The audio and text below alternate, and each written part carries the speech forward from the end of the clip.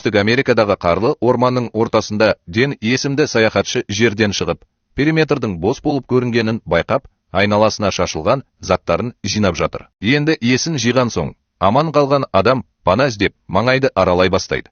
Ал осы жерден алыс жерде Джек күнін өзінің кішкентай иті Скауттың сүйемелдеуімен сіңлісі Брукпен бірге өткізеді. Келесі күні тағы бір тірі қалған Донни бауырларына келіп, баланың ата-анасы туралы сұрайды. Алайда жас жігіт оны жай ғана бақылап отырады.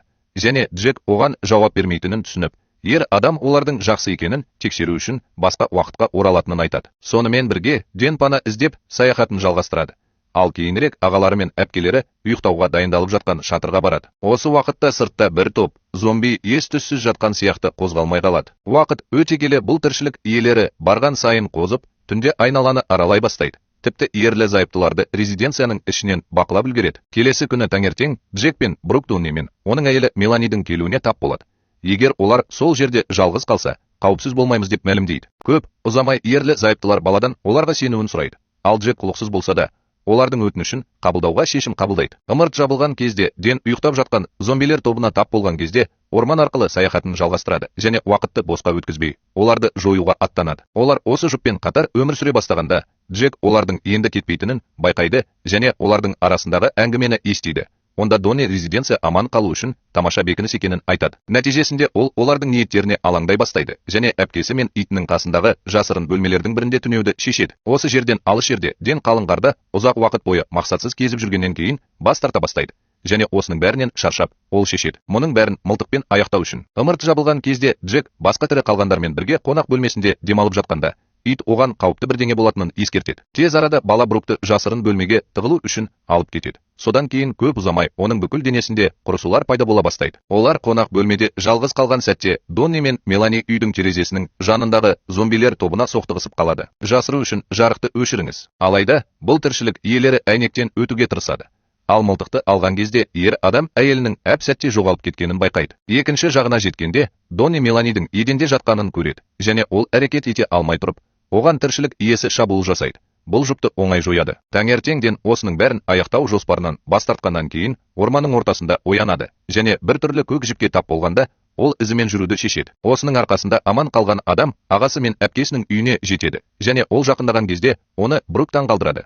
Ол Джек оны тыныштандыратын дарттарының бірімен ұрып жіберуі үшін оның назарын аударады. Бірнеше сағаттан кейін ер адам баланың көзінше оянып, оған мылтық сілтеп, Джек оған өзінің кім екенін және ормандағы тұзақтардан қалай құтылғанын айтуды бұйырады. Аман қалған адам содан кейін ол бұрын бір кездері керемет сарбаз болғанын және осы себепті барлық ықтимал сценарийлерде қиындықтарды қалай жеңуге болатынын білгенін айтады. Енді ол тұтқынның қаншалықты пайдалы болатынын білгендіктен, Джек оған үйді жөндеуге көмектесуді бұйырады. Өйткені бұл оның бостандығына қол жеткізудің және кетудің жалғыз жолы. Абдырап қалған Ден не істеу керектігін сұрайды. Ал жас жігіт біраз уақыттан бері үйдегі электр қуатының өшіп қалғанын түсіндіреді. Мәселе мынада, бұл жерде энергияны өндірудің жалғыз жолы баланың анасы жасаған жүгіру жолын пайдалану және олар сөйлесіп жатқанда. Құрылғыға келетін болсақ, топ қонақ бөлмесінің терезесінде зомбилердің пайда болуына таң қалды. Тез арада Ден еденнен салмақ тақталарының бірін көтеріп, тіршілік иесін басынан бірнеше рет ұрып, оны жою үшін сыртқа жүгіреді. Ашуланған Джек ер адам мұны істемеуі керек еді.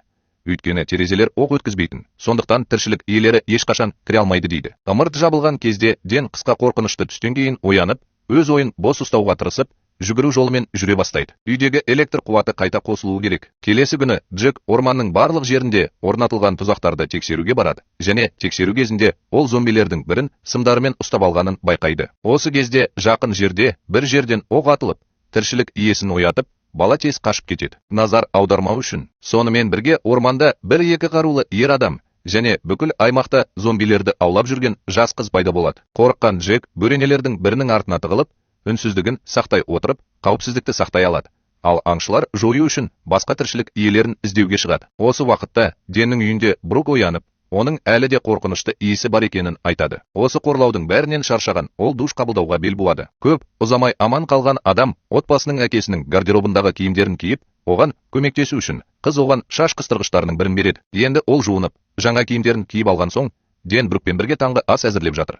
Бірақ Джек оның сөзін бөліп, оны дереу тоқтатуды бұйырды. Осыдан кейін ер адам баланың анасының компьютеріне жақындап, жүйеге кіруге тырысады. Бірақ ол құпия сөзді білмегендіктен, ол бас тартады. Кенет Ден гараждағы үстелге жасырылған көлік кілттерін тауып алып, қозғалтқышты іске қосуға әрекеттенеді, бірақ нәтиже болмады. Содан кейін ол ақауды іздеу үшін көліктің бөлшектерін тексереді, бірақ көліктің дұрыс жұмыс істемейтінін көрсететін ештеңе таба алмайды. Көп ұзамай Дэн үйдің сыртында қосымша есік бар екенін байқап, оның қандай бөлме екенін тексеруге тырысады, бірақ Джек оны тоқтатып, бұл есікті ешқашан аша алмайтынын ескертеді. Ымырт жабылған кезде Джек әпкесімен бірге жатын бөлмесіне барады да, скаутқа қонақ бөлмесінде қалып, Дэнге қарауды бұйырады. Түнде тірі қалған адам тағы бір қорқынышты түс көрді. Бұл оның кенеттен оянуына себеп болды. Осы кезде Дэн біреудің үйді аралап жүргенін естіп, скауттың сүйемелдеуімен не болып жатқанын тексеру үшін орнынан тұрады. Терезеге жақындағанда, ер адам Джектің орманға қарай бет алғанын байқайды, және балаға қауіп төнуі мүмкін деп сеніп, оның соңынан еруді шешеді. Бірнеше сағаттан кейін дон бұзылып, оның барлық тұзақтарын тексергеннен кейін, жас жігіт зомби тұтқынына қарай бет алады. Дәптеріңізге бірнеше белгі қойыңыз. Дәл осы кезде оның артында Дэн пайда болып, оның анасы ма деп сұрайды. Джектің бұл әрекетіне ашуланған, тірі қалған адам тіршілік иесін құрту үшін ағаш бұтағын көтереді.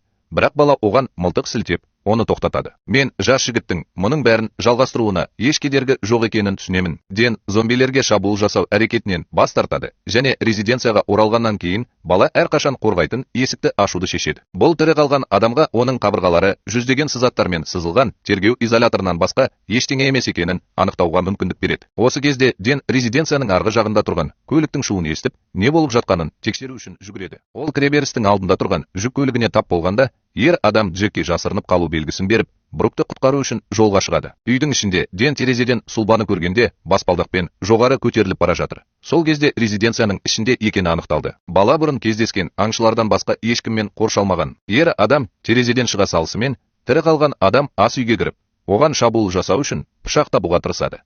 Бірақ барлық ас құралдарының орнына Джек қойылғанын байқаған кезде ол ашуланады. Көп ұзамай аңшы үйдің алдына келді. Ал бала терезенің дәл алдында тұрған әпкесін көріп уайымдады. Алайда, ер адам оны байқамай тұрып, қызды Дэн құтқарып қалды. Ол оны шетке сүйреп апарып, Джекті тыныштандырды. Жату. Үйдің бос екеніне сенген аңшы көлігімен кетуге бел буады. Енді жағдай бақылауда болғандықтан, топ ас үйге жиналады. Содан кейін Дэн Джектің ақылды бала екенін айтады. Бірақ егер олар тірі қалғысы келсе, оның мылтығы мен пышағын қайтарып алу керек екенін айтады. Осы кезде электр қуаты қайтадан өшіп, шаршағанына қарамастан, ер адам электр қуатын қосулы ұстау үшін жүгіру жолымен жүгіре бастайды. Жаңа серігімен өзін қауіпсіз сезінген Джек қаруды Дэнге қайтаруға шешім қабылдады.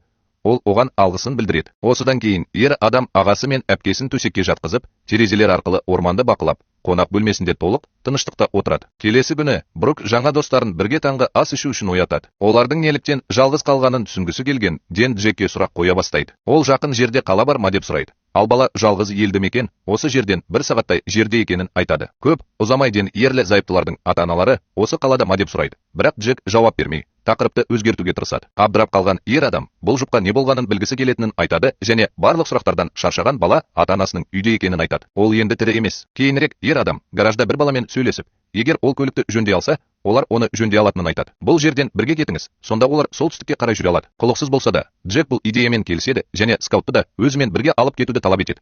Бірақ Дэн қарсы емес және ұсынысты, өтінішті қабылдайды. Осы кезде ерлі зайыптылар Бруктың үйдің жанындағы айқайын естіп, оны құтқару үшін жүгіреді. Бірақ осылайша оларды полиция жасағы таңғалдырады.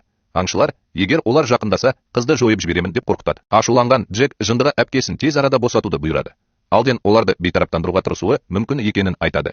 Бірақ олардың саны көп болғандықтан, бұл ер адамдарды қорқытпайды. Алайда, олар қандай да бір әрекет жасамас бұрын, аңшылар дәл оқпен тез жойылады, және олардың назарын аударғанын пайдаланып, Дэн Брукты құтқару үшін жүгіреді. Тұтқиылдан жасалған хаосқа қарамастан, қызды ұстап тұрған аңшы жарақат алғанға дейін соңғы оқ атуға үлгереді. Жан-жағына қараған Джек оларды орманнан қолында үлкен мерген мылтығымен шыққан анасы құтқарып қалғанын байқайды. Сонымен бірге Дэн аңшының оқының оның асқазанына тигенін байқайды. Сондықтан ол тез күшін жоғалтады. Содан кейін екі ағасы да, әпкесі де анасын құшақтау үшін жүгіреді. Ал Дэн жерде жатып қалады. Соңғы рет сүйіктісінің жарыққа қарай келе жатқанын көреді. Бірнеше сағаттан кейін ер адам қарда есін жиып, қатты абдырап қалды. Өйткені ол осындай ауыр оқиғадан кейін өмірін жоғалтты деп сенді. Жарақат. Көп ұзамай Дэн оның Джек тұзақтарының көк сымдарына ілініп қалғанын байқайды және жарасының жұмбақ түрде жазылғанын байқаған соң, ол терезеден қарап, анасымен бірге оған қол бұлғап тұрған бауырларын көреді. Резиденцияға кірген кезде тірі қалған адамды бір әйел қарсы алады. ол оның баласы сияқты жұқтырғаны үшін ғана аман қалғанын түсіндіреді. Ол қазіргі уақытта жұқтырғандардың екі түрі бар екенін айтады. Bir түрі құтырған, миы жұмыс істемейтін және көргендерінің бәріне шабуыл жасайтын қатыгез адамдар. Басқалары трансформаторлар ретінде белгілі. Олар ауыр жарақаттан кейін де өмірге қайта оралуға қабілетті және кенеттен зұлым пішінге ие болуы мүмкін. Бұрын әйелін жұқтырғанын түсінгенден мазасыздана бастайды және оның қашан өлетінін білудің қандай да бір жолы бар ма деп сұрайды. Ол қайтадан пішінін өзгертеді. Әйел трансформацияның әпкесіне зиянын тигізбеу үшін Джектің қасында қалатын скаут сияқты үйретілген иттің көмегінен басқа трансформацияны болжаудың ешқандай жолы жоқ деп жауап береді. Сонымен қатар, баланың анасы оның үй шаруашылығына дайындық басқармасының мамандандырылған бөлімшесінің қызметкері екенін айтты. Бұл тіршілік иелерін зерттеуге және ұстауға арналған топ. Осы ақпараттың бәріне таң қалған Дэн таза ауа алу керек екенін айтып, Джектің сүйемелдеуімен далаға шығады. Олардың әңгімесі кезінде ерлі зайыптылар тұрғындарға жақындап келе жатқан көліктер бағанасын естіп, жасырыну үшін қашып кетеді. Сонымен бірге бір әйел Брукты қолына алып, топқа қарай жүріп, аңшы жасақтарының жетекшісі Бретпен бетпе-бет келеді. Бұл сапардан абдырап қалған әйел олардың не үшін келгенін сұрайды. Ал ер адам бірнеше күн бұрын, бірнеше апта бұрын күйеуімен бірге жоғалып кеткен қызы Меланиді іздеп жүргенін айтады. Содан кейін Брет қызын соңғы рет қашан көргендерін сұрайды. Бірақ аман қалған адам олардың көптен бері келушілері болмағанын айтады. Сондықтан оның бұл туралы ақпараты жоқ. Бұл жауаптарға күдіктенген басшы әйелдің күйеуі мен баласы қайда екенін сұрайды. Жағдайдың бақылаудан шығып бара жатқанын түсінген Дэн бұл идеяны ойлап тауып, бір банка жер жаңғақ майын алады. Тез арада Джек көшеде бір адаммен бірге пайда болады және олар Бруктың жаялық сөмкесін қағып, үйді үлкен тәртіпсіздікке ұшыратқанын айтады. Ұлының стратегиясын қолдана отырып, әйел топтан біраз уақыт күтуін сұрайды. Бірақ Брет бәрі жақсы екенін және оның отбасына араласуға ниеті жоқ екенін айтады. Осыдан кейін Брет сарбаздармен бірге бұл жерден кетіп, топтың аман есен оралуына мүмкіндік береді. Бірнеше сағаттан кейін Дэн баланың анасымен сөйлеседі. Ал әйел Джек ауыр жүрек қан тамырлары ауруынан зардап шеккенін айтып, отбасының өткені туралы бірдеңе айтуды шешеді. Бұл оның күйеуінің өлімге әкелетін аурудан құтқару мақсатында өз ұлына қоздырғышты енгізуді таңдауына әкелді. Алайда, бұл шешім олар ойлағандай жақсы болмады. Сондықтан Джек ақырында трансформаторға айналды және әкесіне жұқтырды. Басынан атып өлтірілуі керек. Осының бәрін білген Дэн бұл әйелдің басынан өткерген барлық қиындықтарды сезініп, отбасымен бірге болуды шешті. Уақыт өте келе топ бейбіт қатар өмір сүре алады. Бірақ бір күні скаут үре бастайды. Ал Джек айқайлап, олардың өзгеруі жақындап қалғанын ескертеді. Тез арада анасы баланы изоляторға апарады және бәрі біткен соң оны сол жерден алып кетемін деп уәде береді. Әйелдің демалуы үшін Дэн одан ішке кіруін өтінеді де түнді скаутпен бірге Джектің бөлмесінің жанында отырып өткізеді. Бірнеше күн өтті, бірақ бала әлі де өзгерген сияқты. Сондықтан топ оны сонда ұзағырақ қалдыруды шешеді. Сол аптада Дэн энергия өндіру үшін жүгіру жолында жүгіреді. Ал әйел гаражда көлігін жөндеп жатыр. Ал Брук көшеде ағасының сымдарымен ойнап жатыр. Алайда, ол терезеге қараса, ер адам жерде жатқан қызды көреді. Содан кейін пышақты ұстап алады. Ол оған бар жылдамдықпен жүгіреді. Олар оны тез босатып жіберді де, қыздың мойны сымдарға оралып қалғанын байқады. Жақын жерде аурухана болмағандықтан, ерлі зайыптылар қызға көмектесудің жолын таба алмай жатыр. Ал ер адам Джекке әпкесін тістеп алуға рұқсат беруді ұсынады. Өйткені бұл оның жоғалуына, оның өміріне жол бермейді. Мұны естіген әйел ашуланып, қызының ағасы сияқты азап шегуіне жол бермейтінін айтады. Сондықтан олардың қолынан келетіні оның аман есен кетуіне мүмкіндік беру. Сол күні түстен кейін Джек ақыры есін жиып, оны изолятордан шығарғаннан кейін Дэн қардан пышағын тауып алады. Олар басынан өткерген барлық жағдайларға қарамастан, аман қалған адам саяхатын жалғастыруды шешеді және досымен қоштасқаннан кейін кетіп қалады. Осы сөздермен Джек пен оның анасы әдеттегі өмірлерін жалғастырады және орманда аман қалған түндерінде Дэн Бруктан алған шаш қыстырғышына қарап, оны кішкентай досының естелігіне қалдыруды шешеді. Осы жерден алыс жерде Брет өзінің сарбаздар тобын жинап, қызын табудың уақыты келді деп мәлімдейді. Сарбаздар колоннада отбасылық үйге қарай бет алып, орманның ортасында қалды. Дэн кенеттен оны тістеп алмақ болған зомбилер тобына таңғалды. Нәтижесінде аман қалған адамның мылтығы жерге құлап түседі. Бірақ ол шегінбейді және пышағын тіршілік иелерінің әрқайсысын жою үшін пайдаланады. Көп ұзамай Дэн жақындап келе жатқан аяқ дыбысын естігенде, қар астында жасырынып, аңшылардың досының үйіне қарай бет алғанын байқайды. Резиденция миссиясына кіріспес бұрын, Брет өзінің шәкірті Габриэламен сөйлесіп, оның көлігінде олар іздестіру жұмыстарын жүргізгенше күтуін сұрайды. Отбасына қауіп төнетінін түсінгенден жылдамдықпен орман арқылы үйге қарай жүгіреді. Ал аңшылардың жетекшісі қонақ бөлмесінде баланың анасынан жауап алады. Брет бұл әйелдің арнайы агент екенін білгенін айтқаннан кейін, ол оған Меланидың қайда екенін айтуды бұйырады. Бірақ тірі қалған адам ештеңе айтпайды және ашуланып, оны сөйлету үшін ұра бастайды. Оқиға орнына келген Ден қаруын жоғалтып алғанын түсініп, резиденцияға кіру үшін есіктердің бірінің босағанын күтуді шешеді. Ішінде ер адам Джекпен кездесіп, импровизацияланған қаруды дайындап болған соң, баладан қасында қалып, оны бақылап тұруын өтінеді. Оның құлаққаптары бар. Сонымен қатар, ерлі-зайыптылар орман арқылы зомбилердің үлкен тобының келе жатқанын байқайды. Бірақ Ден үрейленбей, оқ жаудыра бастайды. Аңшылардың әрқайсысын пышақпен үнсіз жойыңыз. Барлық дерлік жауларын жойғаннан кейін, ер адам әйелді құтқару үшін жолға шығады.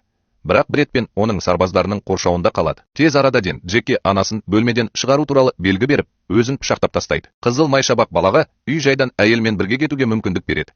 Және олардың қашып кеткенін байқаған Бред сарбаздарына екеуін де жоюды бұйырады. Алайда, олар мұны істей алмай тұрып, аңшылар үштігін Ден таң қалдырады.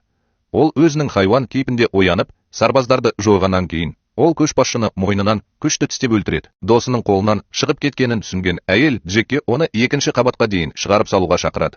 Ал отбасы шкафта тығылып жатқанда, зомби ордасы резиденцияға жақындап, сыртта жалғыз қалған Габриэланы таңғалдырады. Біраз уақыттан кейін Ден қайтыс болған әйелінің қасында тыныш жерде оянады. Ол болған оқиғадан кейін оны жұбатып, оның әлі де әрі қарай жүруге себептері бар екенін айтты. Көп ұзамай ер адам резиденцияның алдында есін жиып, соқтығыс кезінде болған барлық зомбилердің денелеріне соқтығысады. Достарына алаңдап, Ден жерде жатқан мылтықтардың бірін алып, оларды іздеуге жүгіреді. Бірақ үстелде әйелдің қалдырған хатын тауып алады. Хатта баланың анасы досының кеңесіне құлақ асуды шешкенін және Джек пен Брукпен бірге солтүстікке қарай бет алғанын айтады. Ол да жұқтырғаннан кейін құтқарылды. Ақырында әйел досынан солтүстік аймаққа келгенде онымен кездесуін өтінді, өйткені олар бұдан былай ләззат алатын жаңа өмірге ие болады. Содан кейін Ден сапарға барлық керек жарақтарын жинап алады да, кетер алдында Габриэланың зомбиге айналғанын және өз өмірін жеп жатқанын көреді. Қыздың енді қалыпты жағдайға оралуға мүмкіндігі жоқ екенін түсініп, оны сол жерде қалдыруды ұйғарады да, жасырын бөлмеден Бруктың қонжығын алып, жаңа отбасын іздеуге шығады.